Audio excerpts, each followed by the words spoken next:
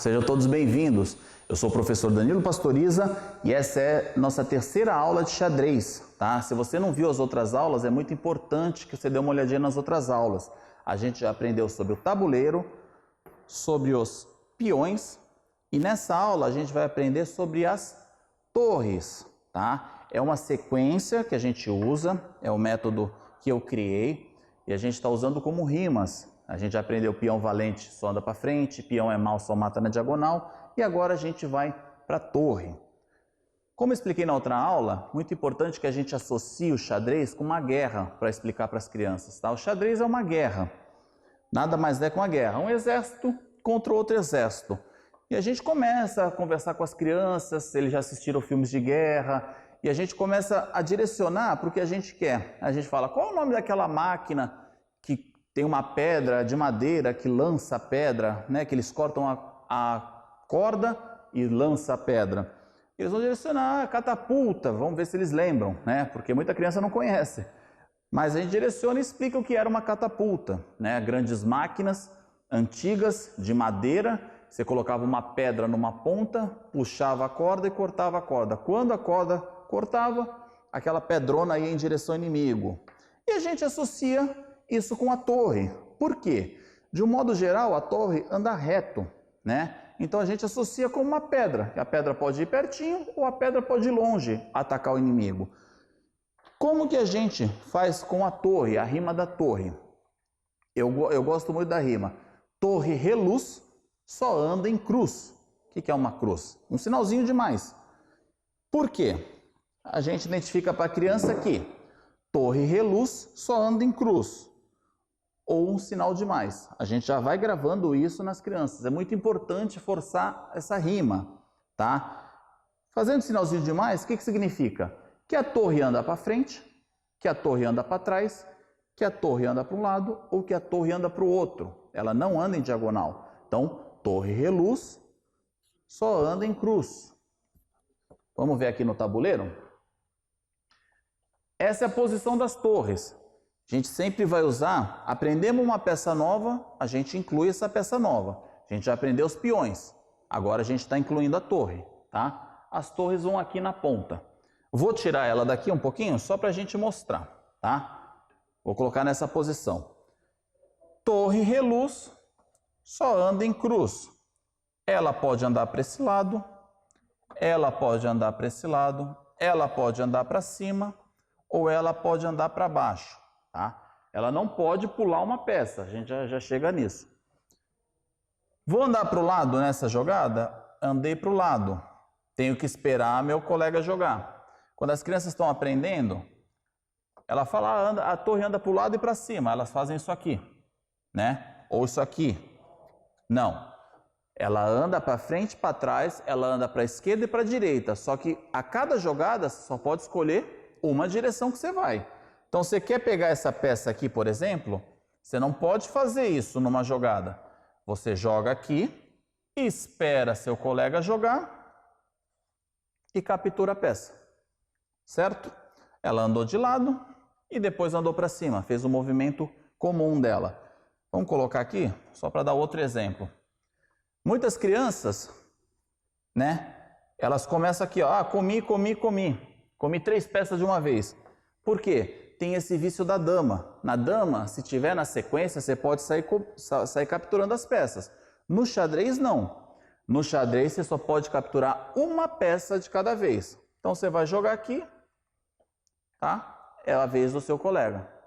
Aí, dependendo de onde ele jogou, você pode jogar de novo. Aqui jogou errado, pode vir capturar, tá? Vamos colocar outra situação aqui. Do mesmo jeito, eu estou colocando, pessoal, situações aleatórias, tá? Ainda não começamos o jogo, só para a gente explicar o movimento da torre. Torre pode vir aqui essas 3 casas? Pode. Capturar essa peça. Do mesmo jeito que ela é forte para capturar essa peça, ó, lembra? Peão é mau, só mata na diagonal. Então ela tem a vantagem dela, só que se jogar errado, o peão captura ela, tá? Vamos supor que não esteja essa peça aqui. A torre quis jogar aqui. A torre pode vir e matar essa peça aqui. Por que eu estou explicando isso? Todas as peças matam todas as peças, menos o rei. A gente não pode capturar o rei.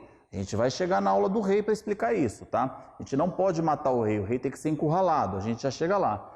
Mas enquanto isso, todas as peças podem matar todas as peças, tá? Então vamos dar início ao jogo. Já aprendemos peões. Volto a falar, se você não viu o jogo dos peões, volta na aula anterior, que é uma sequência. É muito importante você ter a base dos peões. A gente monta aqui e monta as posições originais das torres. E deixa as crianças jogarem, tá? E aí vamos corrigindo. Eles vão jogando. Eles já tentam sair com a torre, né? Deixa eles jogarem à vontade. E aí desenvolve o jogo. Nesse momento, com os peões, só os peões ainda não dava. Nesse momento, a gente precisa explicar uma outra regra para os alunos. Regra da promoção. O que é a regra da promoção? Vou criar a situação aqui. Vou tirar essas peças, né? Eles foram jogando, foram se matando. Eu vou só adiantar aqui, para a gente não perder muito tempo.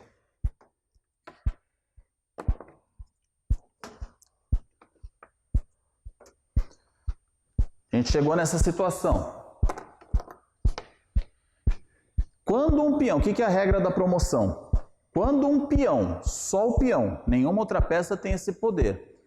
Quando o peão cruza todo o tabuleiro e chega do outro lado, ele é promovido. Ele pode virar uma nova peça, ele pode virar qualquer peça. Ele não pode continuar como peão, ele é obrigado a virar uma peça, tá? E ele não pode ser rei, porque rei só tem um. A gente já vai entender isso. Então aqui, nesse jogo, a gente está jogando peões e torres. O peão chegou aqui, a gente vai colocar mais uma torre.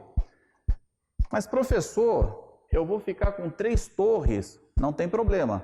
Você pode ficar até com 10 torres.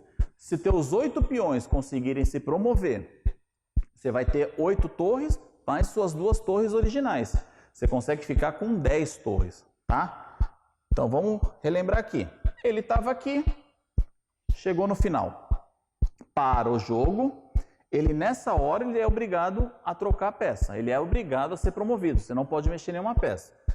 Nesse caso, a gente vai colocar mais uma torre, porque a gente não aprendeu as outras peças. No jogo completo, ele pode virar um cavalo, um bispo, uma rainha, tá? Então, aqui, ele virou uma nova torre. Agora é a vez das peças escuras. A peça veio, capturou ele. Não durou muito essa torre. Ele veio aqui, capturou, não esqueçam, peão é mau, só mata a diagonal. Ele veio aqui, capturou a torre. Não chegou aqui de novo? Outra peça, promovido novamente. Esse peão sai e ele se transforma numa torre, numa nova peça. Vez das peças escuras. Olha aqui de novo. Peão é mau, mata na diagonal. Esse peão também chegou aqui no final. Então ele também é obrigado a ser promovido. Então, de um modo geral, a promoção é isso. O peão cruzou todo o tabuleiro, chegou do outro lado, ele se transforma numa nova peça. Como a gente ainda está na torre, tá? A gente só coloca uma nova torre. 3 torres, 4 torres. Conforme a gente for aprendendo as outras peças, a gente vai dar liberdade para o aluno escolher qual peça ele quer. Ele pode se transformar em qualquer peça, só não pode se transformar no rei, porque o rei só tem um, tá bom? Espero que você tenha gostado dessa aula e até a próxima aula.